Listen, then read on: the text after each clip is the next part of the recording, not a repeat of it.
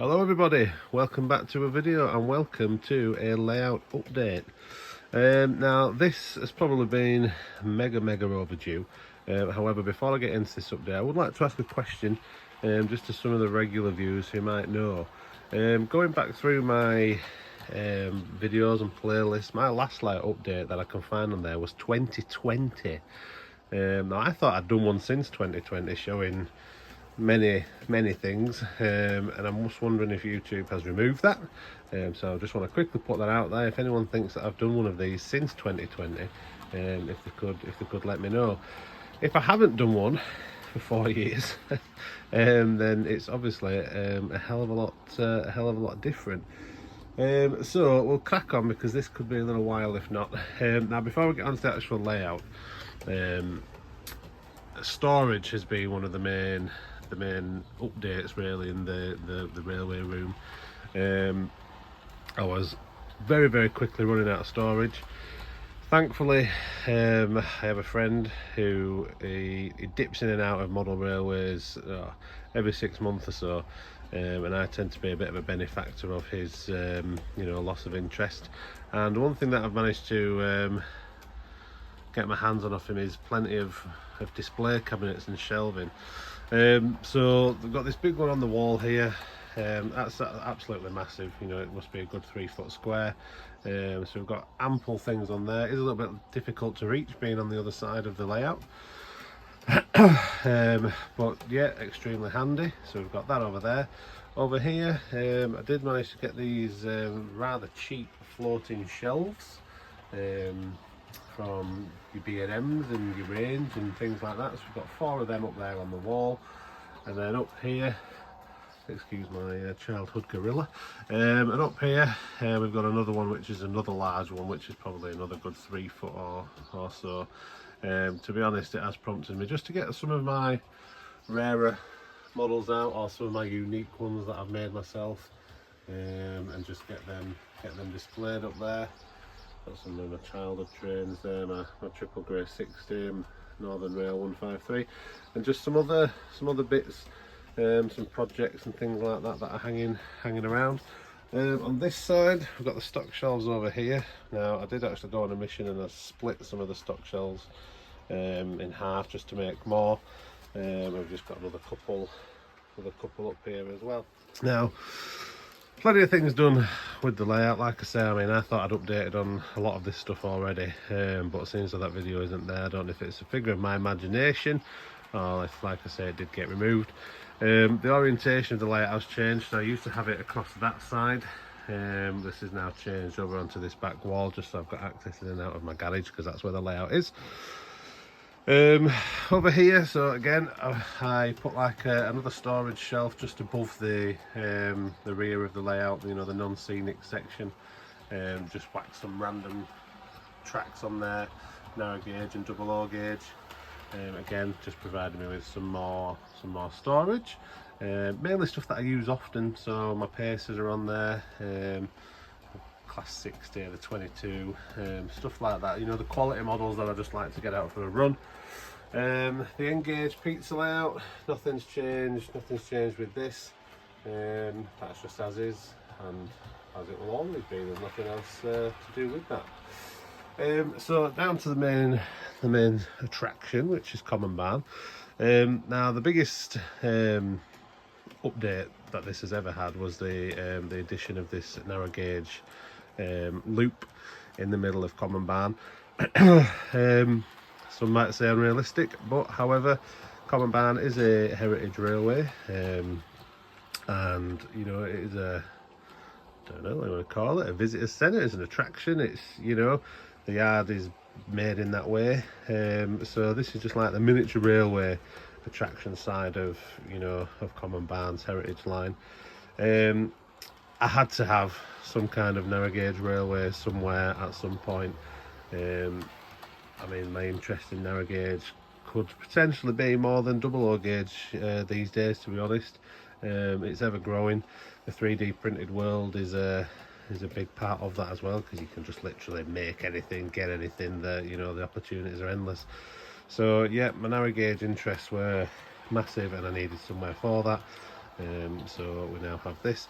It's blended into the yard, so nothing's changed on the yard. So I've got a large crossing here for the fuel tankers to come across. It just comes through the car park. Double crossing down here now, so we come over the main line, and you come across and you go over the narrow gauge line into the Common Barn Heritage Centre. So I've worked it in there, you know, so it doesn't look daft, it doesn't look stupid. It's got its own little platform down here. So yeah, love it, very happy to have that and to actually have somewhere, you know, properly to run my narrow gauge stock. If again the last video was 2020, I mean it wasn't even scenic fully back then, so as you can see the layout is, you know, pretty much scenic from end to end now. I will say that this will probably be the last update on Common Barn. I do just want to get the layout finished and done, you know, from here on in. My interest is far greater these days in actually stock modelling and loco building and things like that than it is for scenery and scenics. So once we've done this layout update today and this layout tour, that will be that. I've got a few jobs and a few other things I want to get completed on here, but once I do the next video, that will be a Common Barn completed video. Just for a heads up. So the embankment line, the heritage line at the top, nothing has changed from here, you know, the end to end. In fact, the shuttle unit isn't even in operation. So once I move the layout over to this side of the garage, I never actually wired up the shuttle unit back in there. So the end to end embankment is still there, but yeah, not in use currently. It is just another place just to hold some stock. If I start at this end of the layout, so nothing much going on really over here. It is what it is. We've got some workmen, you've got the fueling area, we've got a disused crossing here which now has roadworks in front of it and pallets and things at this end.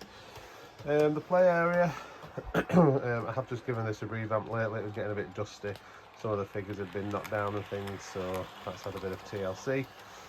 Into the actual yard itself, so we've just got some workman's hut here, like I said, a fueling area at the back. If we start at the back of the layout, so again the fueling theme continues, got a tank there, fueling station there. The yard isn't actually connected, so if you notice all the what would be points are hidden behind buildings and things. Again, I just use it for holding stock.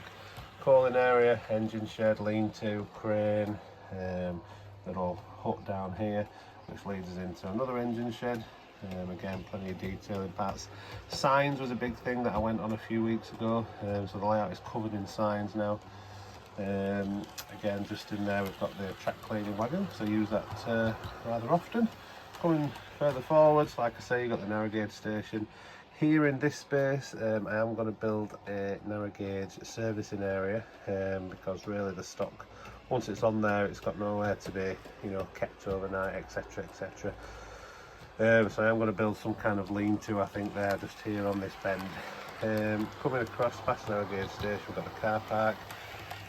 One addition we have is this. Now, this is a driving test centre. Weird, some might think. But that is my job, that is my career. I am a driving instructor, so it always felt like I needed to have one of those on there. A lot of driving test centres, and if I give you one example in particular, Pontefract Driving Test Centre, that is actually based in an old railway station platform. They use the station building, they use the car park, that's it. Also a lot of test centres are just, you know, prefab porta cabins and things like that. So yep, I've added that in there. So some might think it's weird, it's really not. It is a thing. Just a cabin, couple of spaces, built some learner car roof boxes on the cars, and yeah, it fills a nice corner. Now if I just pan out a little bit more, just so it can take you down the other end, I'm just going to adjust my feet a little bit and move over, so just bear with me a second. Right, that's better. I managed to just step around some things that I've got behind me. Right, and then yeah, at this end, now it is this end where I want to try and get some work done. So over at the back section here, we've got the old, I don't know what you want to call it, like water area where I used to have the coal barges and a little platform for unloading coal barges. That needs a good redo. Obviously I had to make some adjustments to get the narrow gauge line through, so that needs sorting out. Also added down here a little garage. Now this section here was always like a little bit of a workman's bothy area, to be honest. Again, there's some outhouses, a porter cabin, stuff like that. But I always classed this guy who lived down here in this grounded coach body as a bit of a car collector. I always swap round different cars out here. And then a few weeks ago, I was in a model shop over in Durham, and I came across this kit of a garage. You know, it is a cardboard kit.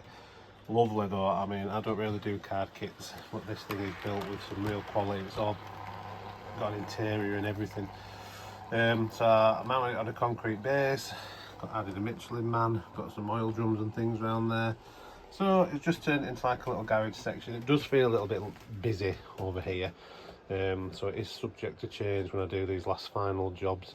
I might remove that porter cabin and just have the garage mounted, you know, further back up there, and then just got some more, I don't know, parking space out the front.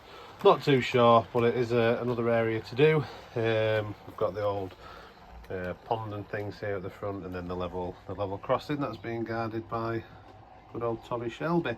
Crossing needs some work doing to it there. So yeah, little bits and bats. There's many things that it's just finishing off jobs. I just, like I say, I just want to get the layout done, completed, so I don't have to faff with it. You know, I can build my rolling stock, my locos, my wagons, my narrow gauge stuff, and then I've just got somewhere to, you know, to run them. I mean, the only plan I've got for this after that is to just keep it maintained, track cleaning, wheel cleaning, things like that, and then just actually run the things that I build. So yeah, that's where we're currently at. Like I say, just a lot of storage stuff going on. I can give you a sneak peek, I suppose, at some of the projects that we've got ongoing. If I just put my desk lamp on. So at the minute we've got a couple of, again, narrow gauge locals down here. We've got a bit of a Glyn Valley tram, bit of a Katie class style-esque body. We've got a 121 that's also in the paint works at the minute. Up here again, so some couple of 009 projects, a Sentinel style, General Motors diesel. We've got a 00 gauge Fireless, we've got a 00 gauge Kerr Stewart, some of my custom Rustons there, which I might showcase a couple of those in an upcoming video.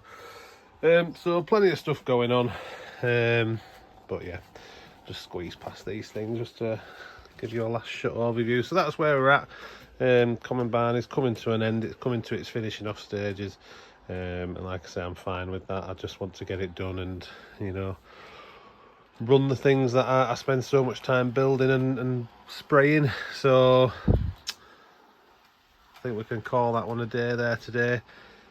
Any questions, any comments, obviously please do bob them in there. I do like reading them and things like that. It's nice to know that people still watch the videos and things. But like I say, next time you see a video, it will be the last one. I'll just give you a shot of the pacer coming round on its way, and then we'll finish it there, I think. So as always, thank you very much for watching, and I'll see you in the next video, whatever that might be. Alright, thank you, bye bye.